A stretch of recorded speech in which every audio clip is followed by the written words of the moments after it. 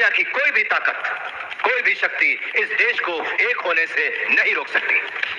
हालांकि मुस्लिम लीग इस बात पर जोर दे रही है कि हिंदुस्तान का बंटवारा कर दिया जाना चाहिए, लेकिन एक दिन उनको ये बात जरूर समझ में आएगी कि हिंदुस्तान का बंटवारा उनके हित में नहीं, बल्कि अखंड भारत उनके लिए ज्यादा बेहतर होगा।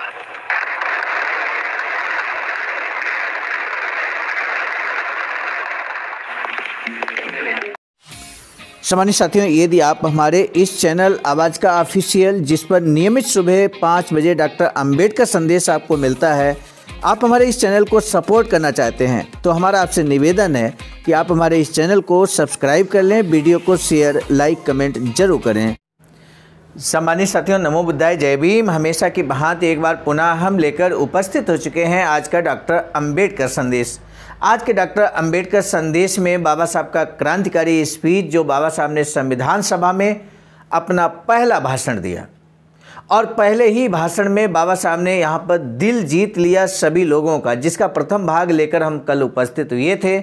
पहला भाग यहाँ पर सभी लोगों ने, अधिक से अधिक लोगों ने यहाँ पर वाच किया है और वाच कर रहे हैं। आज द्वितीय भाग में बाबा साहब का जो शेष हिस्सा है भाषण का, वो लेकर हम उपस्थित हो चुके हैं।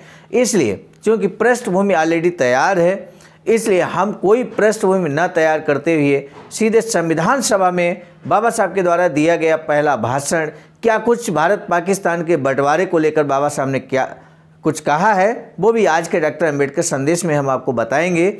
और साथ ही साथ मुस्लिम लीग का रवैया उस समय किस तरह का था, आज के डॉक्टर अंबेडकर संदेश में आप देखेंगे।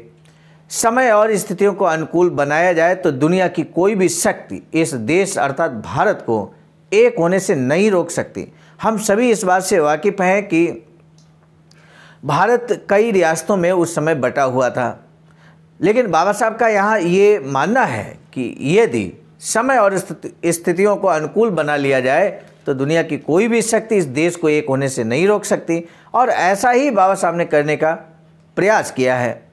अपने इस पहले ही भाषण में बाबा साहब ने अपने आने वाले समय की एक कार्य योजना रख दी है कि किस तरह का वो देश चाहते थे, और इसलिए आधुनिक भारत के निर्माता बाबा साहब को कहें तो अतिशयोक्ति नहीं होगा, क्योंकि हम सभी इस बात से वाकिफ़ हैं कि बाबा साहब ने भारतीय संविधान बनाकर, और आज जो हमारा देश संचालित हो रहा है भारतीय संविधान के माध्यम से, तो निश्चित रूप से बाबा साहब आधुनिक भारत के निर्माता हैं। बाबा साहब डॉक्टर अंबेडकर संपूर्ण भाग में खंड 40 से लेकर हम उपस्थित हुए हैं। दूसरा भाग 44 से 48 पेज नंबर तक आप स्वयं भी देख सकते हैं। संसद के कामकाज की शुरुआत 9 दिसंबर 1946 से हुई थी। सम्मानित साथियों, हम सभी इस बात से वाकिफ़ हैं कि 9 दिसंबर 1946 को सबसे पहला संविधान सभा की सबसे पहली बैठक हुई थी, और इसके बाद 11 दिसंबर 1946 को दूसरी सभा हुई थी, और तब से लगातार ये सदन जो चल रहा है, तो इसमें 17 दिसंबर 1946 को बाबा साहब का जो स्पीच होता है वो हम आपके समक्ष रखेंगे। यहाँ पर एक महत्वपूर्ण बात यह है कि संसद में कुल 296 सदस्य चुनकर आए थे, उनमें से 207 सदस्यों ने कामकाज में हिस्सा लिया था और 89 सदस्य अनुपस्थित थे। ये जो 89 सदस्य थे वो कौन थे? जिन्होंने संविधान सभा की इस महत्वपूर्ण बैठक में हिस्सा नहीं लिया। उन्होंने संसद के कामकाज का बहिष्कार किया था। कहना ज़्यादा सही रहेगा, इनमें ज़्यादातर सदस्य मुस्लिम लीग और रियासतों के प्रतिनिधि थे। दिनांक 13 दिसंबर 1946 के दिन पंडित जवाहरलाल नेहरू ने संविधान का योग्य और लक्ष्य बताने वाला प्रस्ताव रखा। डॉक्टर अंबेडकर ने गंभीर स्वर में पूरे आत्मविश्वास के साथ अपना भाषण शुरू किया। उन्होंने कहा, मैं आप सब लोगों से आह्वान करता हूं कि हम ऐसा माहौल तैयार करें। इस सदन में चल रही चर्चा में 2 सवाल विचारार्थ रखे गए। इन सवालों का मेरे मन पर इतना गहरा असर हुआ है कि मैंने उन्हें दर्ज कर रखा है। उनमें से एक सवाल है, मेरे मित्र बिहार के मुख्यमंत्री ने कल की सभा में अपने भाषण में उपस्थित किया था। वे पूछ रहे थे कि मुस्लिम लीग को इस संविधान सभा में सहयोगी होने से प्रस्तुत प्रस्ताव कैसे रोक सकता है। आज मेरे मित्र डॉक्टर श्यामा प्रसाद मुखर्जी ने दूसरा प्रश्न उपस्थित किया है कि कैबिनेट मिशन के प्रस्ताव से ये प्रस्ताव अलग तो नहीं है। महोदय, ये दोनों सवाल अत्यंत महत्वपूर्ण हैं और उनके केवल जवाब नहीं, स्पष्ट जवाब दिए जाने चाहिए। केवल जवाब नहीं, स्पष्ट जवाब दिए जाने चाहिए। मुझे साफ तौर पर ऐसा लगता है कि प्रस्तुत प्रस्ताव से कुछ निकलने का उद्देश्य हो या ना हो, ये केवल आकस्मिक घटना हो या ना हो, लेकिन इस प्रस्ताव का निश्चित परिणाम मुस्लिम लीग को संविधान सभा से बाहर रखने में ही होने वाला है। इस संदर्भ में प्रस्ताव के तीसरे परिच्छेद की ओर मैं आपका ध्यान दिलाना चाहता हूं, क्योंकि मुझे लगता है कि ये परिच्छेद अत्यंत महत्वपूर्ण और अर्थपूर्ण है। सामान्य साथियों, आप आज के डॉक्टर अम्बेडकर संदेश में ये भी महसूस करेंगे कि बाबा साहब मुस्लिम लीग को और भारत का बंटवारा पाकिस्तान के रूप में ना हो, भारत पाकिस्तान के रूप में, ऐसा हर संभव प्रयास यहाँ करते हुए दिख रहे हैं। तीसरे परिच्छेद में भारत के भावी संविधान के बारे में विचार किया गया है। प्रस्ताव रखने वाला इसके जरिए क्या कहना चाहता है मैं नहीं जानता, और ये प्रस्ताव किसने रखा था हम आपको बता दें। पंडित जवाहरलाल नेहरू ने ये प्रस्ताव रखा था सम्मानित साथियों। उसी के बारे में बाबा साहब यहाँ पर अपने विचारों को व्यक्त कर रहे हैं। लेकिन मैं ये मान कर चलता हूँ कि मंजूर होने के बाद ये प्रस्ताव तीसरे परिच्छेद के संदर्भ से संविधान निर्माण के लिए संविधान सभा के निर्देशन का काम करेगा। क्या कहा है इस तीसरे परिच्छेद में? तीसरा परिच्छेद कह रहा है कि देश में राज्य संस्था के दो प्रकार होंगे। पहला, निचले स्तर पर स्वायत्त प्रांत अथवा राज्य अथवा ऐसे हिस्से होंगे जो अखंड भारत में शामिल होना चाहते हैं। ये स्वायत्त घटक पूरी तरह अधिकार युक्त होंगे, उनके कुछ अन्य अधिकार भी होंगे। घटक प्रांत के ऊपरी स्तर पर संघ राज्य होंगे। कुछ हद तक उन्हें कानून बनाने, उन पर अमल करने और प्रशासन चलाने के अधिकार होंगे। प्रस्ताव का ये हिस्सा पढ़ते हुए सम्मिलित करने की संकल्पना के संदर्भ और एक तरफ केंद्र सरकार और दूसरी तरफ के प्रांतीय सरकारों के बीच संपर्क बनाए रखने वाली व्यवस्था मुझे कहीं दिखाई नहीं दे रही। कैबिनेट मिशन के प्रस्ताव की पृष्ठभूमि पर इस परिच्छेद को पढ़ने के बाद या कांग्रेस की वर्धा में परिषद में पारित किए गए प्रस्तावों की पृष्ठभूमि में इस परिच्छेद की पढ़ने के बाद भी प्रांतों के एकीकरण की संकल्पनाओं के संदर्भ में मुझे कहीं नहीं दिखाई देते।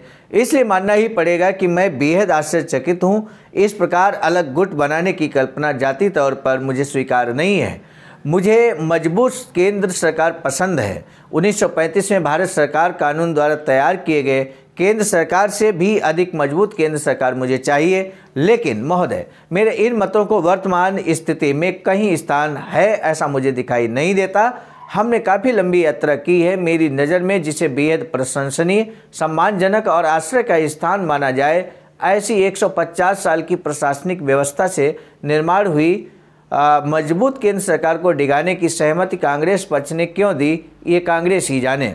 इस भूमिका का त्याग करने के बाद तथा हमें मजबूत केंद्र सरकार नहीं चाहिए, ऐसी भूमिका अपनाने के बाद घटक राज्य तथा केंद्र सरकार को जोड़ने वाली बीच की उपसंघ राज्य की कड़ी स्वीकारने के बाद परिच्छेद 3 में शामिल करने की योजना का जिक्र क्यों नहीं किया गया, ये मैं जानना चाहता हूँ। एकत्रीकरण से संबंधित धाराओं को ठीक से समझने में कांग्रेस पक्ष, मुस्लिम लीग और अंग्रेज सरकार सहमत नहीं हो पा रहे हैं, यह मैं समझ सकता हूँ।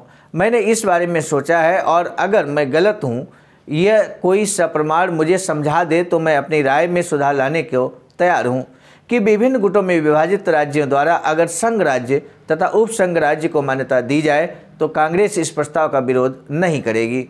इस बात को कम से कम कांग्रेस ने माना था। कांग्रेस की यही सोच है, इसका मुझे भरोसा है। मेरा सवाल है कि प्रस्ताव रखने वाले व्यक्ति द्वारा उसे तथा उसके पक्ष की जिस बात पर सहमति है, उन प्रांतों की एकता या प्रांतों के एकीकरण की बात का जिक्र प्रस्ताव में क्यों नहीं किया गया है। इस प्रस्ताव में संघ की कल्पना को पूरी तरह टाला क्यों नहीं गया है, इस बात का जो भी जवाब हो वह मुझे इस प्रस्ताव में दिखाई नहीं दे रहा है। इसलिए मैं कहना चाहता हूं कि बिहार के प्रधान और डॉक्टर श्यामा प्रसाद मुखर्जी द्वारा उपस्थित किए गए 2 सवालों का परिच्छेद 3 यह जवाब है। उनके द्वारा प्रस्तुत किए गए 2 सवालों में से पहला सवाल ये है कि 16 मई के प्रस्ताव के साथ ये प्रस्ताव अलग कैसे है, और दूसरा सवाल है संविधान सभा में मुस्लिम लीग के प्रवेश पर यह प्रस्ताव क्यों प्रतिबंध लगाता है। निश्चित तौर पर मुस्लिम लीग इस बात का फायदा उठाएगा और अपनी लगातार अनुपस्थिति का समर्थन करेगा। महोदय, मेरे मित्र डॉक्टर जयकर द्वारा इस प्रस्ताव से संबंधित निर्णय को मुलतवी किए जाने को लेकर जो दलील प्रस्तुत की थी उसे मैं कुछ हद तक कानूनी कह सकता हूं। भले इससे उन्हें थोड़ा दुख पहुंचे। उनकी दलील थी कि क्या ऐसा करने का अधिकार आपके पास है। अपनी बात रखते हुए उन्होंने संविधान सभा के कामकाज से संबंधित कैबिनेट मिशन के कथन का कुछ हिस्सा पढ़कर सुनाया। उनकी दलील का मुख्य हिस्सा था कि इस प्रस्ताव पर निर्णय लेने के लिए संविधान सभा द्वारा जो कार्य पद्धति अपनाई गई है वह कैबिनेट मिशन के वक्तव्य में समाहित कार्य पद्धति से बिल्कुल अलग है। महोदय, इस मुद्दे को मैं थोड़े अलग तरीके से रखना चाहता हूं। इस मुद्दे को सीधा मंजूर अथवा नामंजूर करने का अधिकार आपको है अथवा नहीं, ये मैं आपसे नहीं पूछूंगा। हो सकता है कि आपके पास ये अधिकार हो। मैं यही कहना चाहता हूं कि क्या ऐसा करना आपके लिए दूरदर्शी साबित होगा? क्या आपके लिए ये सूझबूझ का निर्णय साबित होगा? अधिकार एक बात है, समझ पूरी तरह से अलग दूसरी बात है। इस बात का निर्णय लेते हुए सदन इस बात पर जरूर गौर करे कि क्या इस प्रकार निर्णय लेना समझदारी होगी, क्या यह कूटनीतिक चतुरता साबित होगी, इस पल यह निर्णय करना क्या दूरदर्शिता साबित होगी। इसका जवाब देते हुए मैं कहना चाहूँगा कि यह दूरदर्शिता या समझदारी भरा कदम सिद्ध नहीं होगा।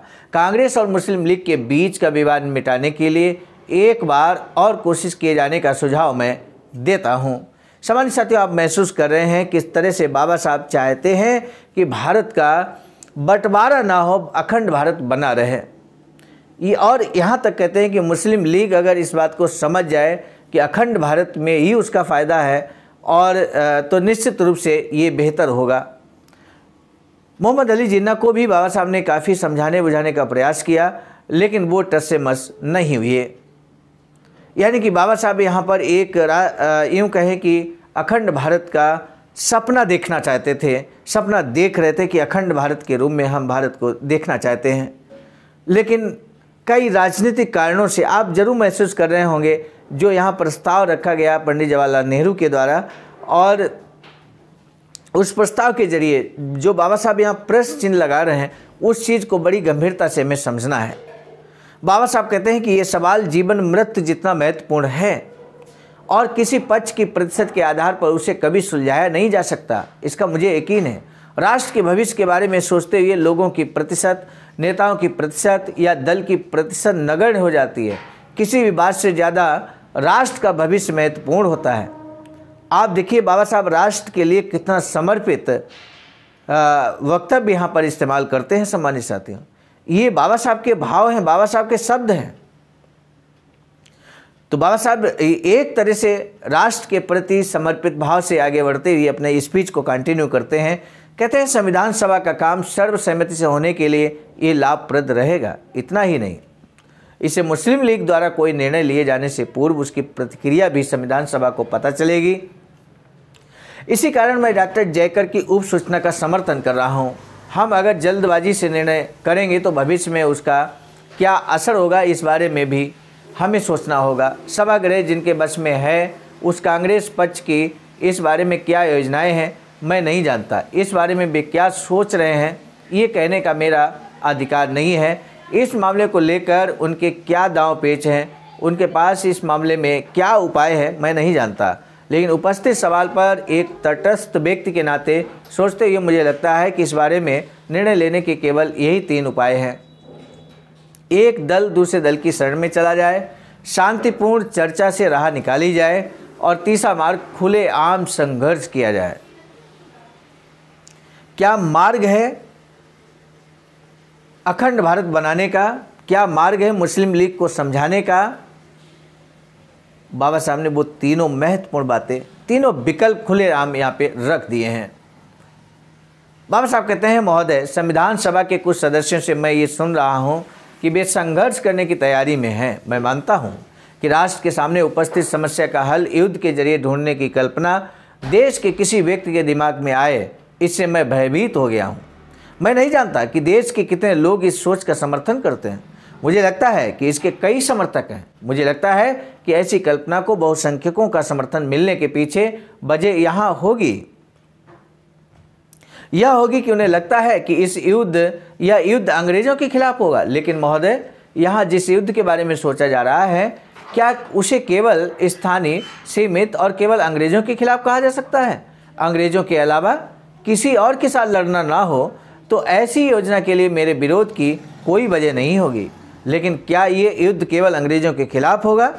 किसी संकोच के बगैर मैं इस सदन को जहाँ तक संभव हो स्पष्ट रूप से कहना चाहूँगा कि इस देश में अगर युद्ध हुआ और इस युद्ध का संबंध अगर हमारे सामने उपस्थित समस्याओं के साथ जुड़ा हो तो यह युद्ध अंग्रेज़ों के खिलाफ नहीं होगा, वह होगा मुस्लिमों के खिलाफ।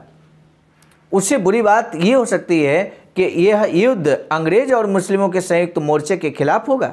जिस प्रकार इस युद्ध के होने का मुझे डर है, उससे अलग तरीके से ये युद्ध होने की संभावना मुझे नज़र नहीं आती। महोदय, अमेरिका के साथ हुई सुलह से पहले बर्क द्वारा दिए गए वक्तव्य का कुछ हिस्सा मैं सदन में पढ़कर सुनाना चाहता हूँ। सदन का माहौल शांत करने में उसका कुछ उपयोग होगा, इसका मुझे विश्वास है। आप जानते हैं कि अमेरिका के बागी उपनिवेशों पर कब्जा पाने के लिए अंग्रेज़ों की कोशिशें चल रही थी। उनकी इच्छा के खिलाफ उन्हें अपने वश में करने का अंग्रेज़ों का इरादा था। तब उपनिवेशों को जीतकर उन्हें वश में करने का विरोध करते हुए वर्क ने कहा था कि महोदय, मुझे ये कहने की इजाज़त दीजिए कि बल प्रयोग का असर केवल तात्कालिक होता है। उसके आधार पर केवल कुछ समय के लिए अधिकार प्राप्त किए जा सकते हैं। उन्हें हमेशा वश में करने के लिए फिर से बल प्रयोग करने की ज़रूरत को हमेशा के लिए खारिज नहीं किया जा सकता। जिस राष्ट्र को हमेशा अपने अधीन रखना हो उस पर इस प्रकार शासन नहीं चलाया जा सकता। मेरी दूसरी आपत्ति प्रयोग में लाए जाने वाले बल के परिणामों को लेकर अनिश्चय के बारे में है। जरूरी नहीं कि बल के प्रयोग से हमेशा दहशत ही पैदा हो और तैयार सेना का मतलब जीत नहीं होता। जीत न पाने की स्थिति में फिर कोई मार्ग नहीं बचता। बातचीत असफल हो जाने पर केवल बल प्रयोग का मार्ग ही बचता है। लेकिन तब बल प्रयोग अगर असफल रहे तो बातचीत का कोई जरिया बाकी नहीं बचता। दया के बदले कभी कभी सत्ता और अधिकार पाए जा सकते हैं, लेकिन शक्ति का प्रयोग और पराजित हिंसा से सत्ता और अधिकार भीख में मांगे नहीं जा सकते। बल के प्रयोग के लिए मेरा विरोध इसलिए भी है कि हिंसा के कारण कोशिश की पराकाष्ठा से जो आप पाएंगे उसे ही आप हानि पहुंचाएंगे। आप जो पाएंगे वह उसके मूल रूप में नहीं होगा, वह अवमूल्यित, बर्बाद और विनाश के रूप में होगा। इन अनमोल शब्दों की ओर ध्यान न देना अनिष्टकारी हो सकता है। हिंदू मुस्लिम समस्या अगर बल के प्रयोग से हल करने की किसी की योजना हो तो साफ शब्दों में कहता हूँ कि उन्हें ये ध्यान में रखना होगा कि युद्ध के सारे मुसलमानों को हराकर उन्हें संविधान के दायरे में लाना हो तो उनकी सहमत के बगैर बने संविधान की शरण आने के लिए उन्हें बाध्य किया जाए। तो इस देश को हमेशा के लिए इन्हीं कोशिश में लगे रहना होगा। एक बार की जीत हमेशा की जीत साबित नहीं होगी। अब तक मैंने जितना समय लिया उससे अधिक समय मैं नहीं लेना चाहता। एक बार फिर वर्क को उद्धृत कर मैं भाषण को समाप्त करना चाहता हूँ। वर्क ने एक जगह कहा है कि सत्ता देना आसान है, अकल देना मुश्किल है। सत्ता देना आसान है, अकल देना मुश्किल है। बाबा साहब ने किसको लेकर ये कटाक्ष किया, ये जानना बेहद ज़रूरी होगा। आप जरूर महसूस कर रहे होंगे, बताने की आवश्यकता यहाँ पर नहीं है। इस सभा को प्राप्त सार्वभौम अधिकार का प्रयोग अकल के साथ करने के लिए हम तैयार हैं। ये हम अपने आचरण से साबित करेंगे। देश के सभी घटकों को अपने साथ ले चलने का यही एकमात्र उपाय है। एकता की ओर आगे बढ़ने का इसके अलावा कोई दूसरा मार्ग नहीं है। इस बारे में आपके मन में कोई आशंका नहीं होनी चाहिए। सम्मानित साथियों, आज के डॉक्टर अंबेडकर संदेश में आपने जरूर महसूस किया होगा कि बाबा साहब की अगर 100% बात मानी जाती, 100% बात अगर बाबा साहब की मानी जाती और बाबा साहब को ये पावर दिया जाता कि वो इस समस्या को कैसे निपटेंगे जो मुस्लिम लीग यहाँ पे तैयार नहीं है भारत में रहने के लिए। वो अलग पाकिस्तान की मांग कर रहे हैं, अलग देश की मांग कर रहे हैं। लेकिन बाबा साहब यहाँ देखिए सॉलिड कार्ययोजना रखते हैं। वो सभी मार्ग यहाँ रख देते हैं जिन मार्गों का, और उनमें से कौन सा उचित है वो भी आपके समक्ष प्रस्तुत किया गया। इसलिए बेहद जरूरी था। आप सोच कर देखिए। और आज हम कोई प्रश्न नहीं पूछने जा रहे हैं। चलिए हम आपसे एक महत्वपूर्ण प्रश्न पूछते हैं। अगर बाबा साहब भारत के पहले प्रधानमंत्री होते हैं, या यूं कहें कि जो पद पंडित जवाहरलाल नेहरू के पास था, भारत को सबसे पहले नेतृत्व करने का, भारत के प्रधानमंत्री के रूप में उनको जो मौका मिला, यदि ये बाबा साहब को मिला होता तो हमारे देश भारत की क्या स्थिति होती, क्या भारत का बंटवारा होता या नहीं। इस परिप्रेक्ष्य में अपना जवाब, अपना प्रतिक्रिया जरूर दीजिएगा। यही प्रश्न है आज के डॉक्टर अंबेडकर संदेश का। सामान्य साथियों, बाबा साहब की एक अधूरी इच्छा है वैचारिकी सेंटर बनाने की, जिस पर बहुत तेज गति से काम चल रहा है और सारनाथ वाराणसी राज्य उत्तर प्रदेश देश भारत में इस तरह का वैचारिकी सेंटर निर्माणाधीन है। आज का डॉक्टर अंबेडकर संदेश हम लेकर उपस्थित हुए थे मिशन नायक बुद्ध मित्र मुसाफिर सर, राष्ट्रीय अध्यक्ष आबाजका नई दिल्ली की प्रेरणा में, और साथ ही साथ संकलनकर्ता क्रम में परम आदरणीय विजय कुमार बौद्ध जी, प्रांतीय कोषाध्यक्ष आबाजका बिहार। प्रस्तुतकर्ता क्रम में मैं स्वयं सर्वजीत आर्य, राष्ट्रीय मीडिया प्रभारी IT सेल आबाजका नई दिल्ली। मिलेंगे नए डॉक्टर अंबेडकर संदेश में। तब तक हम इस अनुरोध के साथ कि इस वीडियो को जन जन तक पहुंचाने के लिए शेयर जरूर कीजिएगा। आप सभी को सादर नमो बुद्धाय। जय भीम।